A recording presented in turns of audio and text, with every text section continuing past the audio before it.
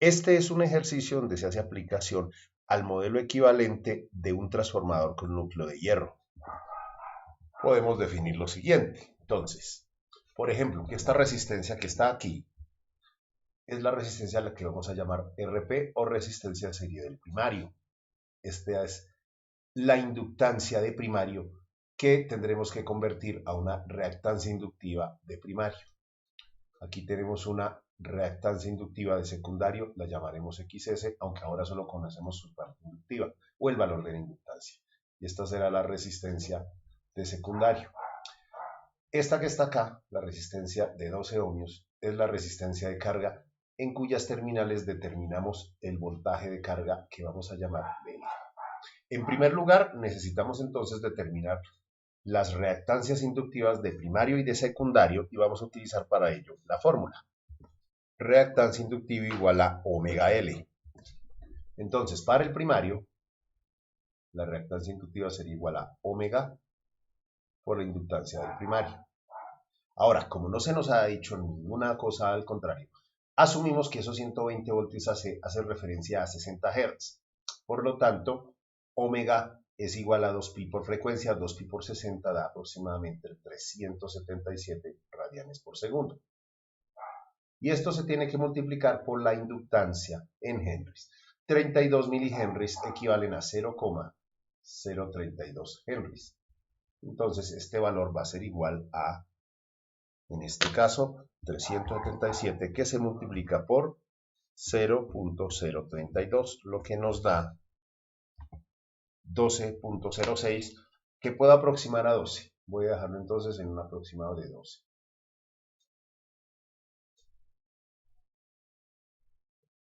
12 ohmios. Esa sería la reactancia inductiva del primario. La reactancia inductiva del secundario vendría dada por la fórmula omega por Ls, donde Ls es la inductancia del secundario, que es 5.3 milihenries. La misma operación nos lleva a 377 factor de 0, porque aquí tenemos que convertir esto en henries, 0.0053, y esto nos dará, vamos entonces a la calculadora, nos dará 377 multiplicado por 0.0053, lo que nos da 1.9981, que podemos aproximar bastante bien a 2 ohmios. Entonces, ya con esas inductancias conocidas, con esas reactancias inductivas, ya podemos aplicar cada una de las fórmulas conocidas. Empezamos con el punto A. En el numeral A se nos pide la resistencia equivalente RE. La fórmula dice que RE es igual a RP, resistencia en el primario, más la relación de transformación al cuadrado por la resistencia en secundario. Al sustituir aquí tendríamos entonces RP es 4 ohmios más la relación de transformación es 4, porque aquí está indicado que la relación de transformación es de 4 a 1, entonces el valor A es 4, que al elevar al cuadrado da 16, y eso se multiplica por el valor de la resistencia en el secundario, que es de 2 ohmios. Entonces aquí vemos que 16 por 2 nos da 32, y a 32 al sumarlo 4 tendríamos 36 ohmios. Ahora, para hallar el valor X sub E, que sería el punto B, hacemos un procedimiento muy parecido, donde simplemente tomamos la reactancia inductiva del primario y le sumamos la relación de transformación al cuadrado por la reactancia inductiva del secundario. Entonces, XP vimos que era igual a 12 ohmios más A al cuadrado, relación de transformación es 4 al cuadrado da 16, y se multiplica por la reactancia inductiva del secundario, que también es 2. Bien, la multiplicación de 16 por 2 da 32, y 32 más 12 da 44 ohmios. Tendremos 44 ohmios. Entonces, el circuito equivalente reflejado al primario, que constituye el punto C, voy a borrar aquí para poder dibujarlo bien. Entonces, voy a borrar el tablero para poder continuar. Si gustan, ustedes pueden copiar los resultados. De esa manera, entonces, me quedaría que El circuito equivalente reflejado al primario tendría la siguiente apariencia. Entonces, tendríamos la resistencia de RE, que en este caso RE tiene un valor de 32 ohmios. Ahora, la reactancia inductiva nos dio igual a 44 ohmios. Bueno, esto sería J44. Y queda entonces el componente de 12, es decir, 12 ohmios en el secundario, en el primario se convierten en A cuadrado por 12, donde A cuadrado es 4 al cuadrado, o sea, 16. Y 16 multiplicado por 12, pues recordemos, voy a escribirlo acá. Es decir, esto sería A al cuadrado por RL. A al cuadrado por RL significa 16 multiplicado por la resistencia en el secundario, esa resistencia de carga es 12. Y simplemente hacemos la operación. Entonces tenemos 16 multiplicado por 12 nos da 192. Es decir, que aquí estamos viendo una impedancia o una carga de 192 ohmios, que es lo que estamos viendo desde acá, desde el primario, desde las terminales del primario. Bueno, al cual se le está aplicando un voltaje de 120 voltios AC o, para más precisión, trabajémoslo fasorialmente como 120 en ángulo de cero.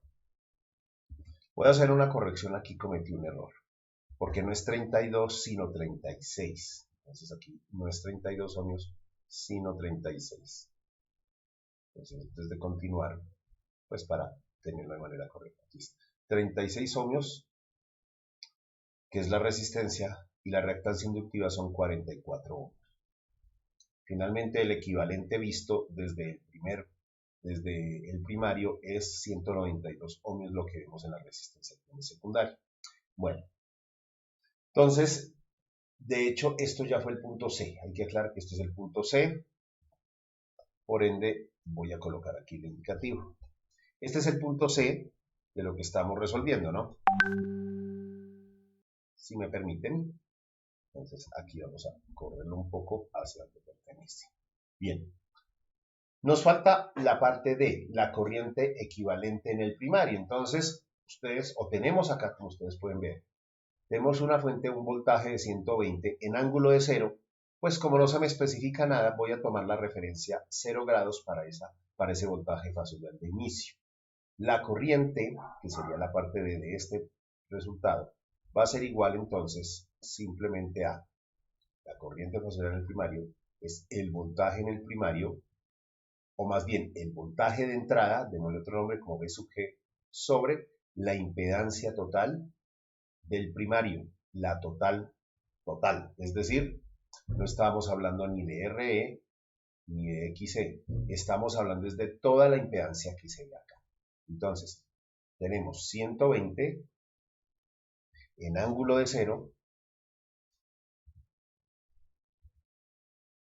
y tenemos entonces, aquí podemos tomar RE, entonces 36 más J44 más 192, que es lo que vemos en secundario. Entonces, este resultado nos da 120 en ángulo de 0 sobre la sumatoria 36 más 192. 36 más 192 nos da más, perdón, aquí era suma. Perdón.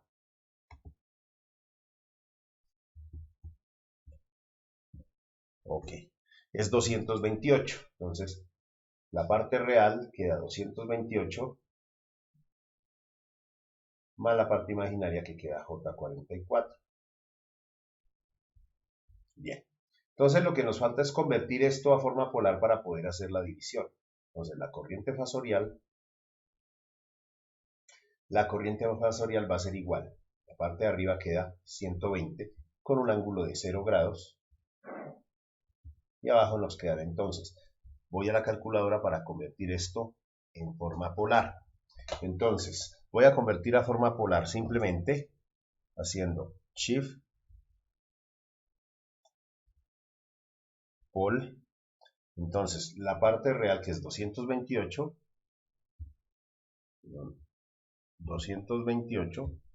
coma, y la parte imaginaria que es 44, positivo. Y esto nos da 232.2.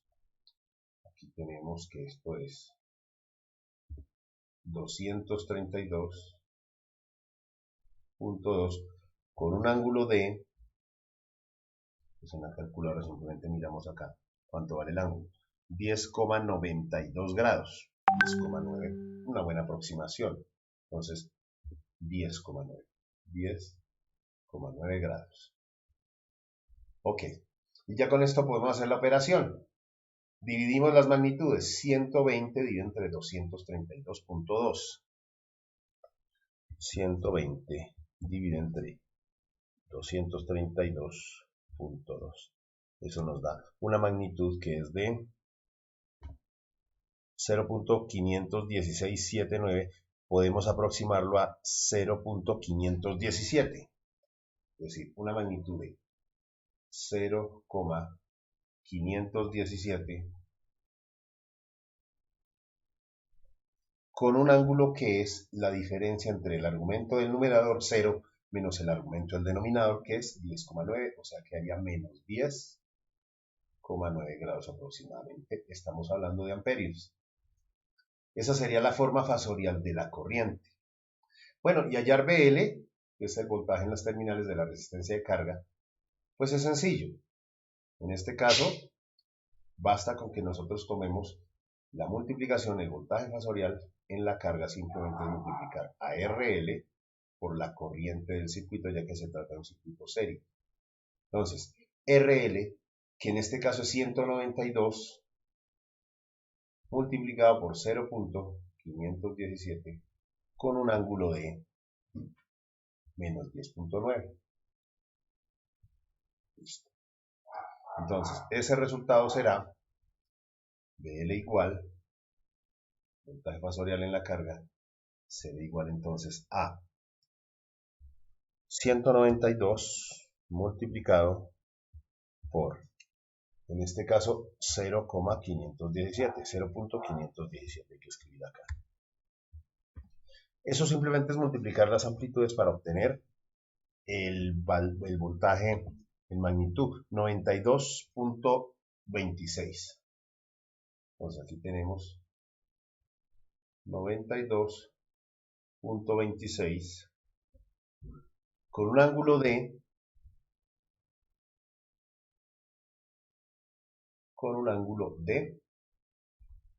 en este caso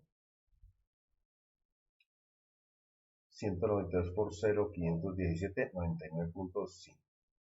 99.26, perdón, aquí escribí mal esta operación, entonces es 99.264, con un ángulo que es el mismo ángulo de este fasor de menos 10.9.